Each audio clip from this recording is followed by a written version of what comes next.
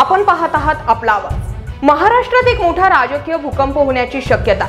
त्याला कारण म्हणजे अमित शहा हे राज्यात महाविकास आघाडीचं सरकार उलथवून टाकल्यानंतर, शिंदे फडणवीसांची सत्ता आल्यानंतर भाजपच्या दुसऱ्या क्रमांकाचे नेते आणि केंद्रीय गृहमंत्री अमित शहा हे ॲक्शन मोड मध्ये आलेले आहेत। राज्याची सत्ता मिळाल्यानंतर आता शिवसेनेला पूर्णपणे संपवण्यासाठी, मुंबई महानगरपालिका ताब्यात घेण्यासाठी भाजप पक्ष आक्रमकपणे कामाला लागलेला आहे।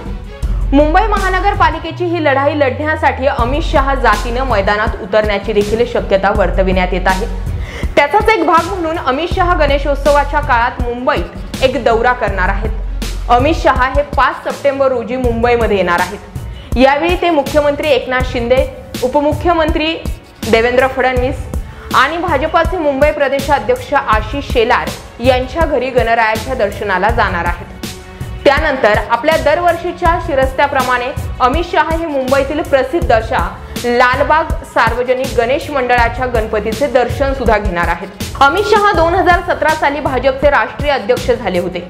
तेव्हापासून अमित शहा हे लालबागच्या राजाच्या दर्शनाला न चुकता येतात। मात्र गेल्या 2 वर्षांमध्ये कोविडमुळे अमित शहा यांना लालबागच्या राजाचे दर्शन घेता आलेले नव्हते आणि त्या दृष्टिकोनातून यंदा गणेशोत्सवावर कुठलेही निर्बंध नसल्यानं आता अमित शहा हे लालबागच्या राजाचे दर्शन घ्यायला येणार आहेत। यंदाच्या वर्षाच्या अखेरीस मुंबई महानगरपालिकेची निवडणूक होऊ घातलेली आहे।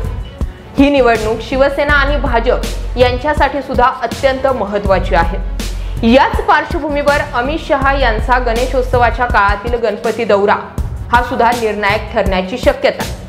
आता विशेष म्हणजे अमित शहा यांच्यानंतर भाजपचे राष्ट्रीय अध्यक्ष जे आहेत जे.पी. नड्डा हे देखील मुंबईमध्ये येणार आहेत। 15 आणि 16 डिसेंबरला जे.पी. नड्डा यांचा मुंबई दौरा असेल।